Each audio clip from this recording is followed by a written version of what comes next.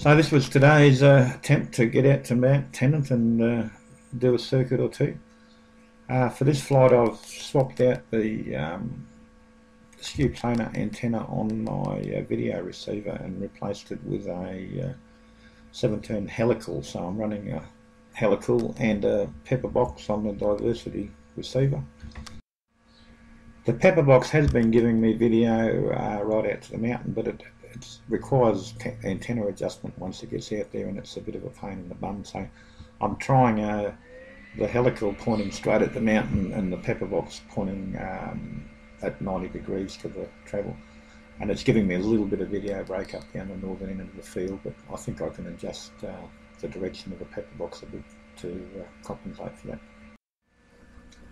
So I've been in the air for 4 minutes, mostly trimming. I ripped another aileron out from under the wings on my last landing, so I've moved the control horns and the servos to the top of the wing rather than the bottom of the wing, hoping that that will fix the problem. And as a result, I needed to do some trimming of the plane, but I've used up all of my aileron trim, so I'm flying out there with a tendency to go right and very little influence on the left, but I don't intend doing anything dramatic, so it shouldn't be a problem.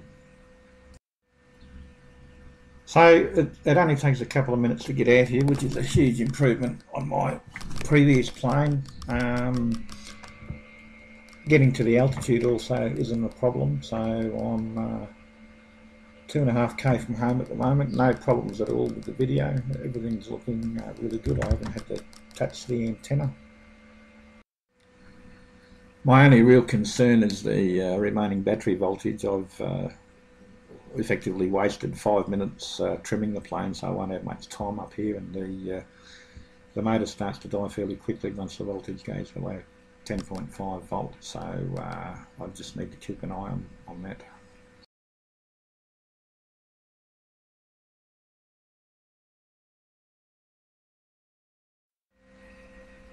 So we're coming up on 3.5 kilometres, which is about as far as I've been with this. Again, no real problem with the video as yet, so I'm pretty pleased. I'm lined up on the towers on top of the mountain. I think I'll fly a little bit east of them and then turn down the ridge and fly over them. Well, that's the plan anyway.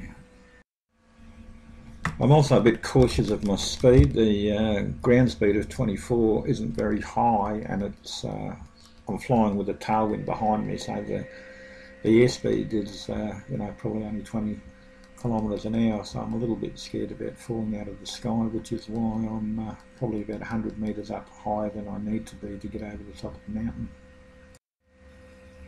So I'm just about to fly over the top of the towers coming in from the east. It's about 3.7 kilometres, which I think is the furthest I've been. So I'm pretty happy with it. The video is still pretty good.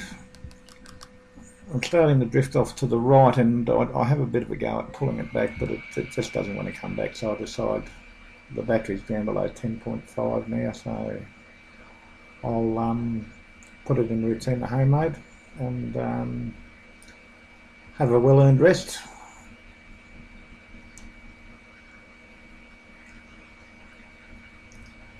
So about halfway back, and I've taken it out of return to home mode and started losing the speed. Again, this is a huge improvement on the Raptor I had. It just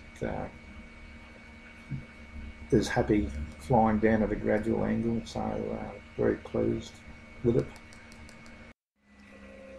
It's about at this point that I take the goggles off and bring the plane in manually. It's my only area of concern for this is that it lands fairly hard. I've broken a couple of props already, and this landing wasn't any different. I was probably coming in too slow, but it's a bit hard to tell without the goggles on. So I think I'll experiment with whacking a little bit more weight in the nose. At least the moving the servos to the top of the wing has saved me another repair by the looks of it. But yeah, very happy at the moment. It's all going well.